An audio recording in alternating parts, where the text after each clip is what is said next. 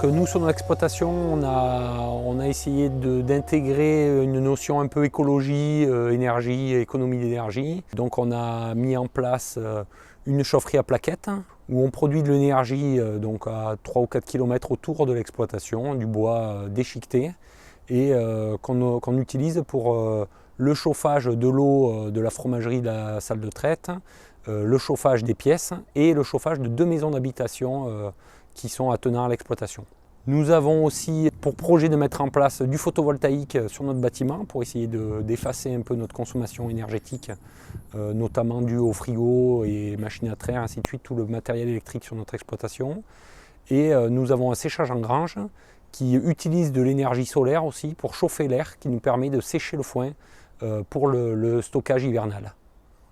Alors notre engagement qualité que l'on a sur notre élevage, c'est alors on fait d'abord de magnifiques fromages et on fait des fromages Picodon AOP.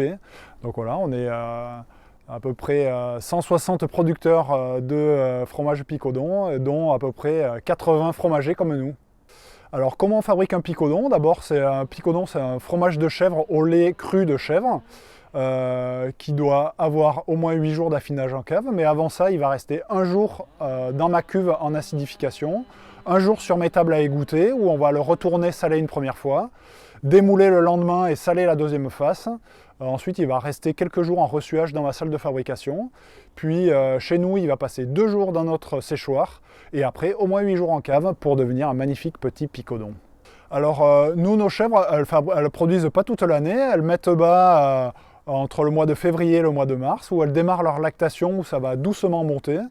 Et puis l'été, avec les chaleurs, la quantité de lait va plutôt baisser, donc on va arriver un peu plus de 3 litres au pic, et ça va redescendre jusqu'à maintenant à environ 1 litre, et elles vont complètement s'arrêter pendant 2 mois en congé maternité.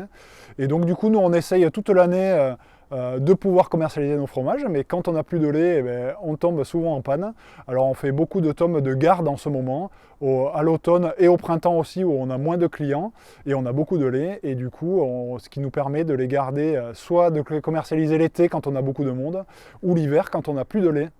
Alors pourquoi on a adhéré à Goûter l'Ardèche? Pour nous, c'était l'opportunité de faire connaître nos bons fromages à travers un réseau supplémentaire qui puisse communiquer et mettre en valeur nos fromages.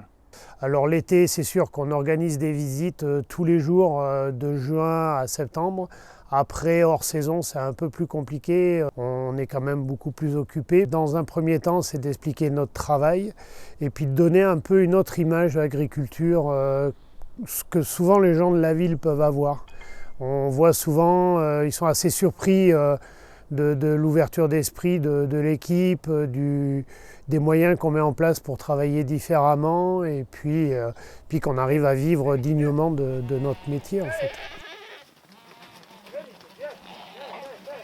C'est toujours très valorisant d'être dans des organismes reconnus, hein, que ce soit l'appellation Picodon, Étape savoureuse. Pour nous, c'est un moyen d'être identifié, un moyen important d'être identifié en fait. Notre objectif est vraiment de vendre, de commercialiser, de produire le plus localement possible, mais on s'interdit pas grand-chose en termes de développement en prenant tous les facteurs en place, c'est-à-dire le facteur humain, le facteur économique qui est important aussi et le facteur environnemental. Donc venez visiter notre exploitation.